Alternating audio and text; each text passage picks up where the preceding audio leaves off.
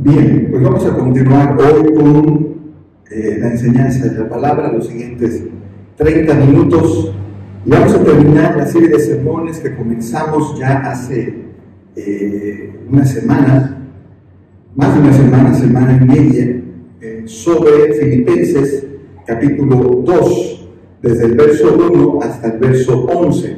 Así que yo te invito a que mantengas tu Biblia abierta ahí para que tú puedas leer juntamente conmigo en esta ocasión, hoy a partir del verso 9. Dice: por lo cual Dios también le exaltó hasta lo sumo y le dio un nombre que es sobre todo nombre, para que en el nombre de Jesús se doble toda rodilla de los que están en los cielos y en la tierra y debajo de la tierra, y toda lengua confiese que Jesucristo es el Señor, para gloria de Dios Padre. Señor, glorifícate hoy en Cristo. Glorifícate hoy al santificarnos. Glorifícate hoy al enseñarnos tu palabra. Sé exaltado sobre todo, Señor, en Cristo Jesús. Amén. Amén. Bien, hemos estado enseñando, y voy a resumir de manera muy breve lo que hemos estado hablando. Dijimos al principio que la encarnación de Jesús es un tema sumamente importante poder entenderlo, poder comprenderlo, porque hoy en día es algo que de lo cual no se habla. Hoy día la iglesia normalmente ha estado enseñando sobre muchos temas de índole muy pragmático, muy práctico. La iglesia se ha convertido en algo así como un coaching espiritual, entre comillas también lo de espiritual, intentando que la gente funcione en la vida. No creo que esto sea el camino para llegar ahí, pero la iglesia lo ha estado intentando muy probablemente desde finales de los 80, y temas como este se han dejado a un lado. Y la realidad es que los cristianos nuevos, los cristianos jóvenes adultos, e inclusive algunos cristianos adultos desconocen el tema de la encarnación. Así que esta fue la razón por la que abordamos este tema. En segundo lugar, lo abordamos porque íbamos a fin de año, hemos llegado ya a esto, y de alguna forma la gente celebra el asunto de la Navidad. Y mi intención era que tú comprendas de manera precisa, o lo más preciso posible, a partir de la Escritura, el asunto de la encarnación relacionado con la Navidad. Y entonces dijimos que no hay Navidad si no hay encarnación. No es posible que haya nacimiento si no hay encarnación. Y cuando hablamos de la encarnación, hablamos del hecho de que Jesús nació en carne. Hablamos de que Dios se envió en Jesús para estar entre nosotros y proveernos de salvación a aquellos a quien Él ha querido regalar esa salvación. Dijimos también que no requerimos de una fecha especial para celebrar la encarnación, ni tampoco el natalicio de Jesús, si quisiéramos utilizar este término, porque Jesús no nació en diciembre, Jesús nació en otro mes del año. Desde más o menos a finales del siglo III, principios del siglo IV, se ha estado enseñando sobre qué fueron estas fechas, pero no es posible que esto haya sido así. También dijimos que no hay redención si no hay encarnación. ¿Por qué? Porque Jesús tenía que nacer en carne, pero también tenía que morir en carne. Es importante que desechemos, y eso también lo mencionamos, términos como el niño Dios. Dios nunca fue niño. Dios se hizo carne en Jesús, y Jesús sí fue un niño, pero Dios no es un niño. También dijimos que hay que desechar términos como María, la madre de Dios. Eso tampoco es posible porque María es creación de Dios. María es la madre de Jesús. Y es todo un misterio este asunto, pero la Escritura es muy clara al enseñarlo así. Y dijimos que Jesús es completamente hombre y al mismo tiempo es completamente Dios. Él se despojó de su gloria, pero no se despojó de su deidad. Sin embargo, no se aferró a ella. Amén. No se aferró en su deidad o a su deidad, sino que en la cruz sufrió y padeció exactamente igual que nosotros. Y su vida tuvo las mismas limitaciones y tuvo los mismos conflictos y problemas, y en todo fue tentado exactamente igual que nosotros, pero él no pecó. No pecó porque fuera Dios, sino no pecó porque se mantuvo en la obediencia al Padre en todo, aún siendo igual que nosotros. Jesús no es un maestro elevado. ¿Okay? Eso lo vas a encontrar en las redes sociales. Jesús no es un Anunnaki. ¿Okay? Jesús no es un extraterrestre. Jesús es Dios hecho carne.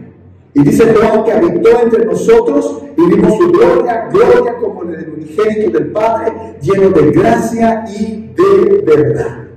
Esto es lo que hemos estado enseñando desde hace semana y media, hace 2 domingos, el día 24, el domingo pasado y hoy, día 31 de diciembre. Yo espero que esto les esté causando no solamente interés, y no solamente aprendizaje, sino un cambio en la vida también. Y hoy llegamos al final, a los últimos versos. Y decíamos la semana pasada, sobre todo, que es todo un proceso. Decíamos que Jesús es preexistente juntamente con Dios. Jesús es co-creador juntamente con Dios. Y Jesús es redentor juntamente con Dios. Y en ese sentido, también tiene toda la gloria de Dios y es exaltado exactamente igual que Dios. En su preexistencia, desde su preexistencia. Y de esto vamos a estar hablando esta tarde, los siguientes minutos. Punto número 1. Jesús es exaltado desde su preexistencia. No fue exaltado al final de su obra, sino que él ya era exaltado desde su preexistencia. Génesis 1:1 hasta el final de la creación nos muestra a Jesús como co-creador de todas las cosas. El apóstol Pablo nos enseña que por él fueron creadas todas las cosas y sin él nada de lo que ha sido creado hubiese sido creado. Todas las cosas por él subsisten. En él está la vida. Amén.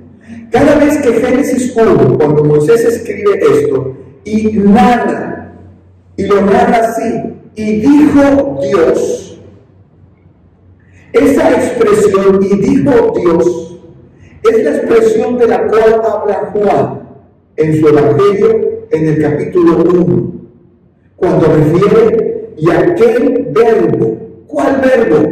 Y dijo Dios. Esa palabra, el logos, Dios lo pensó y dijo. Y esa palabra que dijo es Jesús en acción, creando lo que el Padre había planeado crear. Esa palabra se hizo carne y habitó entre nosotros. Pero en su preexistencia, antes de que todo fuese hecho, antes de que esta tierra fuese hecha, antes de que hubiese vida sobre esta tierra, aún antes de que hubiese vida inteligente sobre esta tierra, aún antes de que los ángeles fuesen hechos, aún mucho antes de que los seres vivientes de los cuales nos habla Apocalipsis fuesen hechos, Jesús preexistía juntamente con el Padre y con el Espíritu Santo. Y en esa preexistencia, los tres eran glorificados en plenitud. No había ausencia de gloria en ninguno de los tres. Había esplendor santo, esplendor glorioso. Pablo lo menciona más adelante cuando dice que en Dios no hay sombra ni variación. No hay opacidad. Todo en Él, todo en Dios, en el Dios creador, en el Padre, todo en el Hijo y todo en el Espíritu es esplendoroso y perfectamente santo. No tienen principio ni tienen fin. Y todo lo que hoy vemos y todo lo que hoy el hombre ha llegado a conocer y todo lo que hoy el hombre ha conquistado y manipulado fue creado por ellos. Y Jesús estaba ahí, no en esta carne que está hecha de carbón, no en esta carne, sino en un cuerpo esplendorosamente glorificado. Y ellos crearon toda la vida existente, la que conocemos y la que no conocemos y que solamente la palabra nos revela. Cuando leemos Apocalipsis, por ejemplo, leemos de aquellos que son 24 ancianos que están sentados en tronos. Amén. Hemos leído el texto. Y también leemos en Apocalipsis de los seres vivientes. ¿Recuerdan? Que tienen apariencias como de animales. Y también leemos en toda la Escritura sobre ángeles, sobre serafines, sobre querubines. Toda esa vida que nosotros aún no conocemos porque estamos en esta tierra y en este cuerpo mortal, fue creada por ellos también. Aún Satanás mismo y los ángeles que con él se rebelaron, aún aquellos que vieron a las mujeres hermosas y las tomaron por mujeres allá en el capítulo 6 de Génesis, todos ellos, juntamente con nosotros, los seres humanos, y juntamente con toda la creación, animales y plantas, fueron creados por ellos. El Padre, el Hijo y el Espíritu, que son uno y tres al mismo tiempo, son gloriosos, son santos, perfectos, y no hay posibilidad alguna que pequen. No existe ni la más pequeña ni la más remota posibilidad de que pequen. Todo en ellos es gloria y santidad. Amén. Este es Jesús, que en obediencia al Padre, dicen los versos anteriores, al verso 6, el cual, siendo en forma de Dios, no estimó el ser igual a Dios como cosa a que aferrarse, sino que se despojó a sí mismo. Él voluntariamente dejó esa gloria. Él voluntariamente dejó ese esplendor. Él voluntariamente dejó esa condición y nació como un bebé de carne, exactamente igual como naciste tú, como nací yo. Pero Él es preexistente. La vida de Jesús no comenzó con su nacimiento en Belén de Judea. La vida de Jesús no comenzó en un pesebre, en un establo de una casa en Belén de Judea. Él es eterno, Él es glorioso. Él juntamente con el Padre no tiene principio y no tiene fin. y juntamente con el Padre es exaltado desde antes de la creación. ¿Nos damos cuenta de esto? Que a veces lo olvidamos. A veces lo olvidamos y queremos tratar a Jesús como de pídolo, como un cuate. No, estamos hablando de santidad perfecta, que por amor se hizo carne, por obediencia se despojó a sí mismo, por obediencia se humilló, por obediencia fue a la cruz, por rescate de los suyos, para salvar a quien Él quiere salvar. Pero es eterno y es santo, y vive y reina por los siglos de los siglos. Ese es Jesús. Ahora, ese Jesús, dice el verso que acabamos de leer, el verso 7, sino que se despojó a sí mismo y tomó forma de siervo. Y el verso 6 dice que se humilló a sí mismo, se despoja y se humilla a sí mismo. Ese Jesús, esplendoroso y glorioso, ese Jesús, santo y eterno, va a la cruz por ti y por mí. Y aquí vamos a ver el segundo punto de este sermón. Una gloria que es puesta a un lado por obediencia. Nadie le quita la gloria a Jesús. Eso es algo que debemos de entenderlo. Él decide quitarse la gloria. No su belleza, su gloria, su esplendor, su condición de eternidad, decide quitarla para venir a vivir en una condición limitada de hombre, hasta tal punto que es susceptible a morir. ¿Comprendemos eso? Aquel que es eterno, en el cual tampoco hay sombra ni variación, aquel que es glorioso y que vive por los siglos juntamente con el Padre,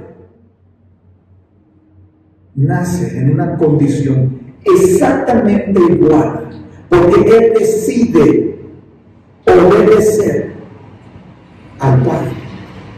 Él se humilla y se despoja de esa condición y se hace tan humano que es susceptible a morir.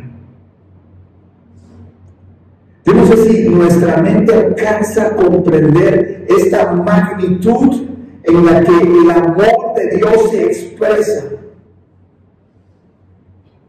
Cuando Adán pecó, cuando Adán se volvió en contra de Dios en el huerto de Edén, Dios pudo haber acabado con su vida. ¿Quién, dime quién, le reclamaría a Dios por haberle quitado la vida a Adán? Nadie. Porque por encima de Él no hay nadie. Él es completa y totalmente soberano. Él pudo haber dicho, aquí se acabó, no más.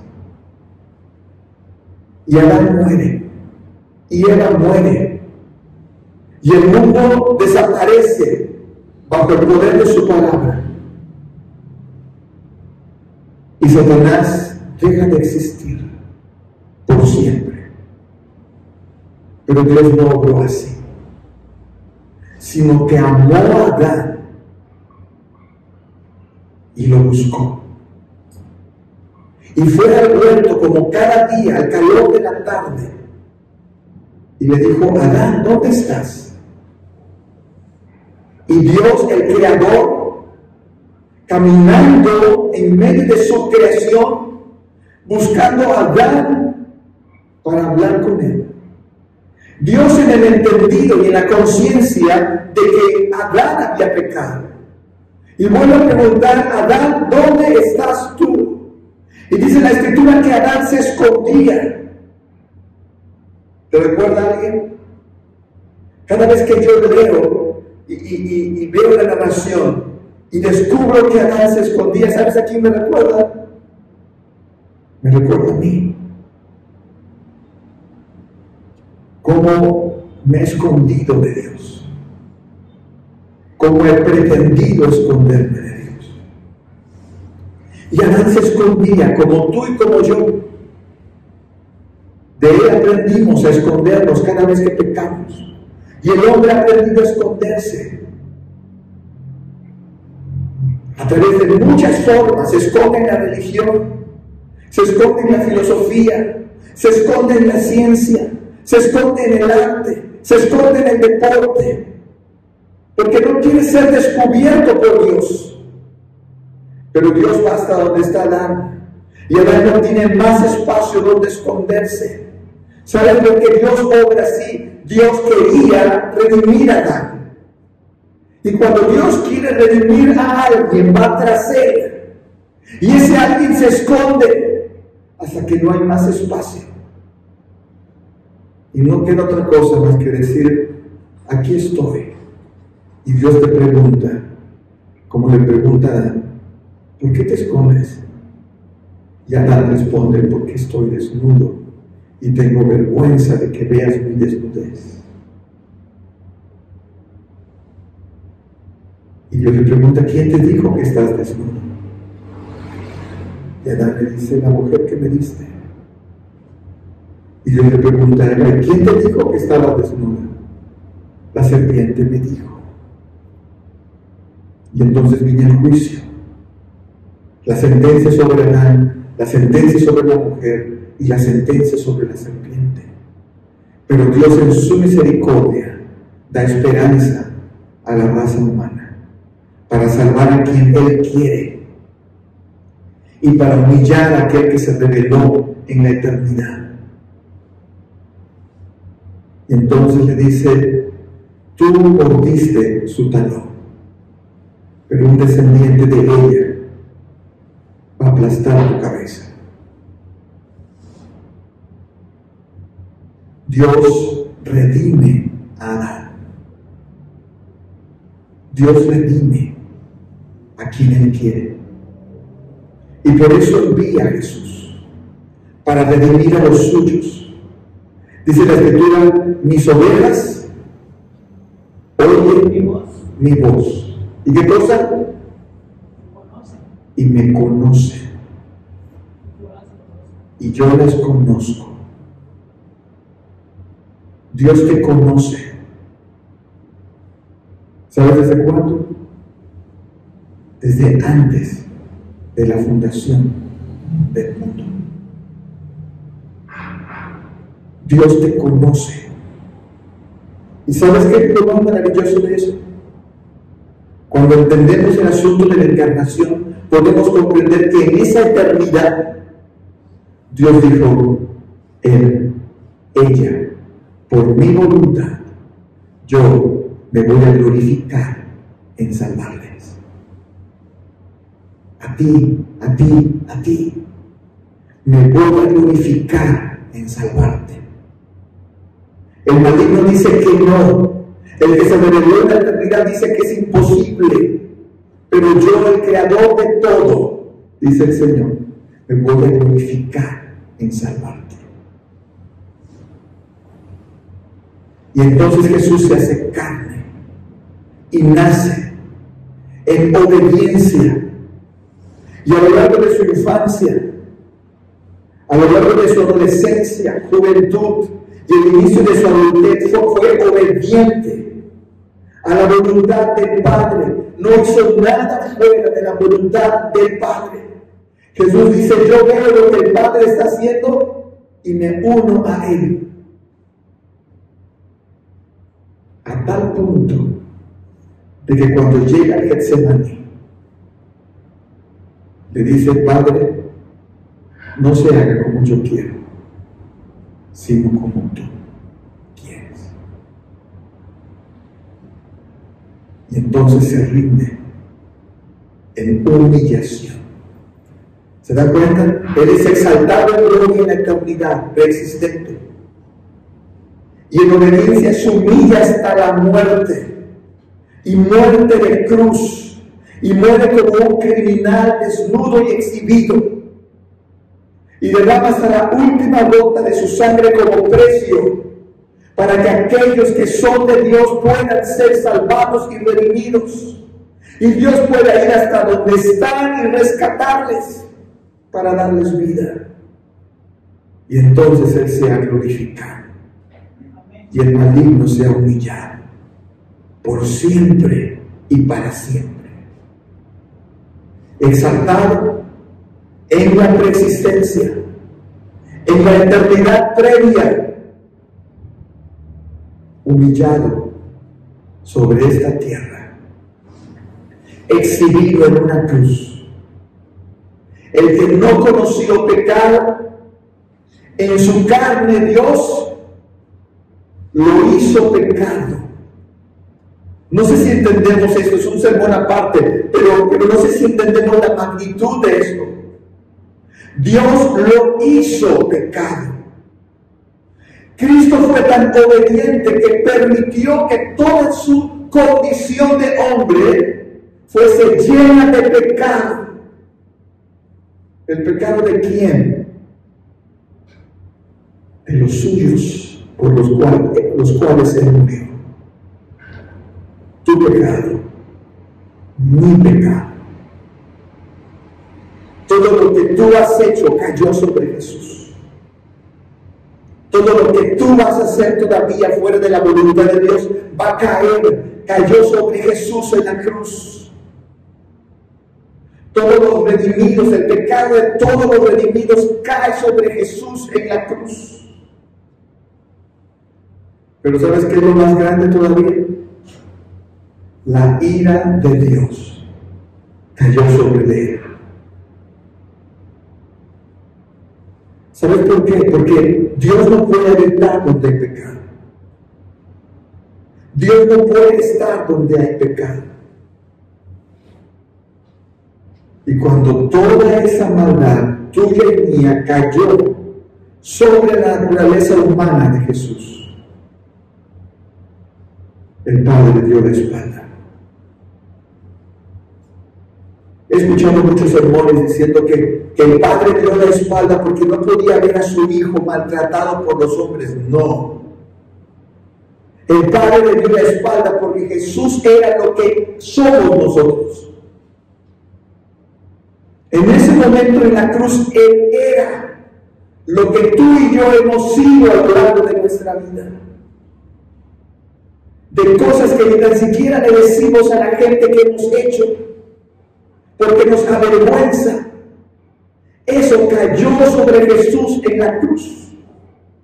Y el Padre lo vio. Y su ira se derramó sobre Él. Y no era culpable. No había una pizca de culpa en Cristo. Pero dice la Escritura que Él fue nuestra propiciación. Él se dio y se humilló hasta la muerte y muerte de cruz, para que la ira del Padre cayera sobre Él, para que sobre ti y sobre mí fuese derramada solo misericordia. Y entonces viene el verso 9. Por lo cual Dios también, ¿qué cosa? Lo exaltó ¿a dónde? Hasta lo sumo. No hay un lugar más grande que el que tiene Cristo. Él fue exaltado en la preexistencia, humillado en su condición de hombre y vuelto a exaltar por los siglos, porque Él se dio en favor de aquellos a los que el Padre conoció, a los que el Padre llamó, a los que el Padre justificó y a los que santifica día por día. Mientras que Satanás corrompió, Jesús lo levantó para santidad, para gloria de Dios Padre. dice Pablo, que Él fue exaltado hasta lo sumo y le fue dado un nombre que es sobre todo nombre, para que en el nombre de Jesús se doble toda rodilla. ¿De quiénes? De los que están en la tierra. ¿De quiénes más? De los que están en los cielos. ¿Y de quiénes más? Y de los que están debajo de la tierra. Y toda lengua confiese que Jesucristo es el Señor. El día del juicio, Satanás delante de todos,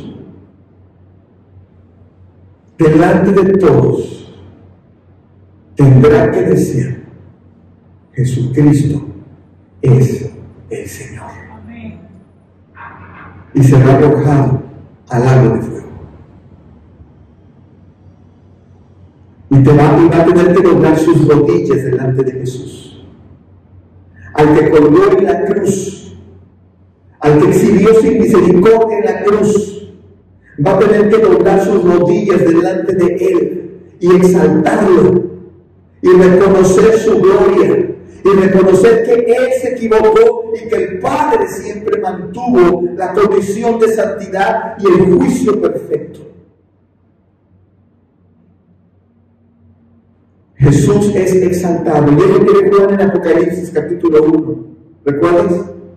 Dice que Juan estaba en la isla de Patmos y entonces estaba en oración cuando él ve que atrás hay algo, voltea y que ve a uno como el Hijo del Hombre, al que fue su amigo, con el que comió, con el que durmió, con el que rió, al que escuchó predicar, pero lo ve exaltado, lo ve en gloria, brillante como el sol, y dice que cae a sus pies, porque Jesús no está en la condición de hombre como tú y como yo. Él ha sido exaltado porque Él obedeció.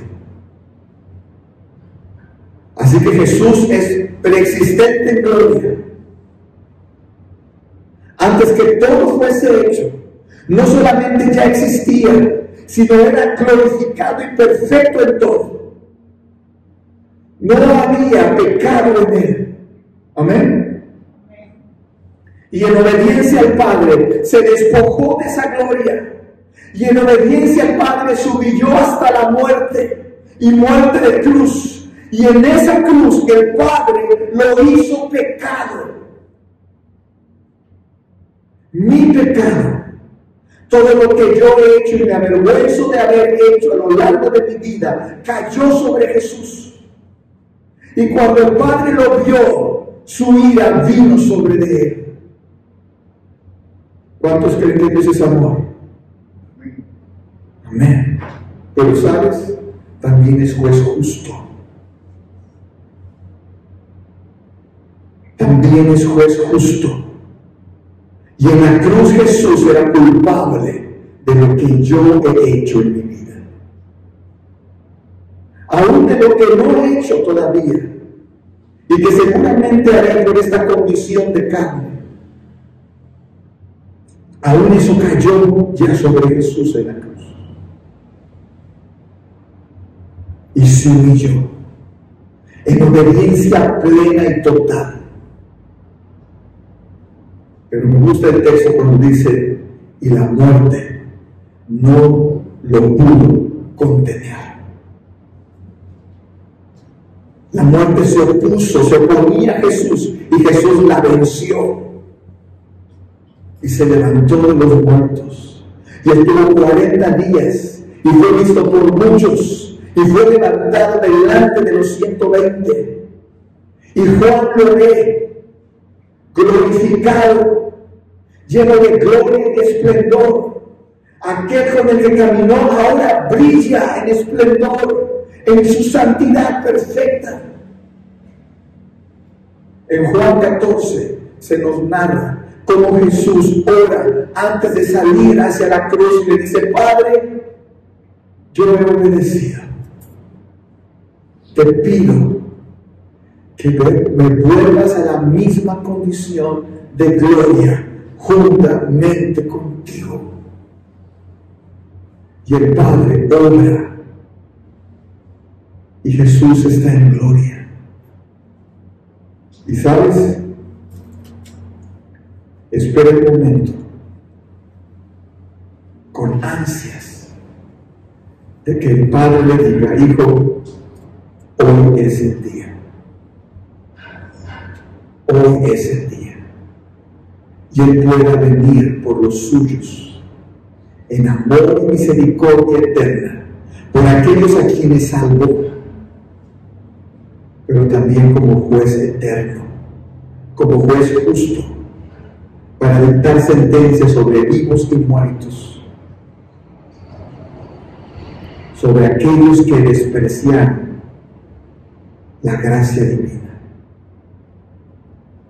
que prefirieron vivir en la corrupción del pecado, uniéndose a Satanás en la sentencia de muerte.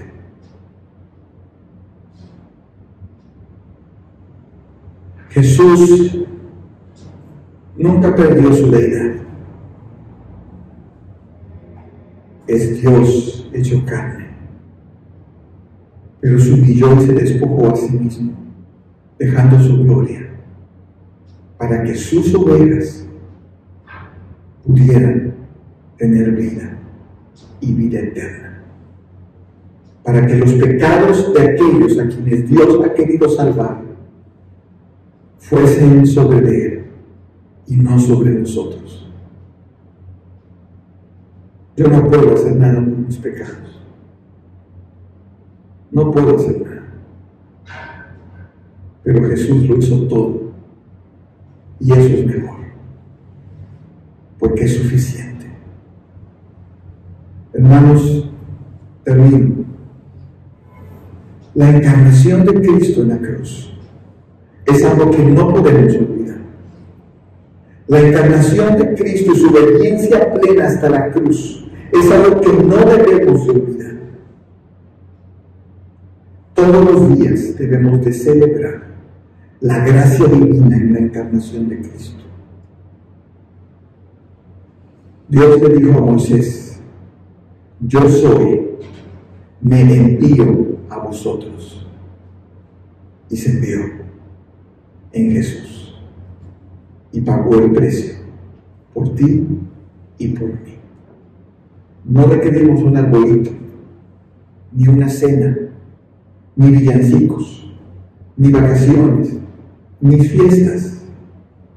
Tenemos que celebrarlo todos los días de nuestra vida, hasta que nuestro aliento se acabe sobre esta tierra y nuestros ojos se abran delante de aquel que nos dio vida en la cruz.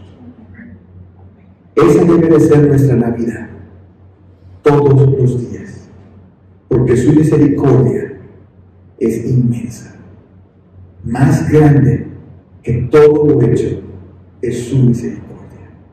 Cierra tus ojos y oremos. Padre, gracias por tu encarnación, gracias por tu favor, gracias por tu bondad. Que tu palabra dé fruto en nuestra vida. En el nombre de Jesús. Amén.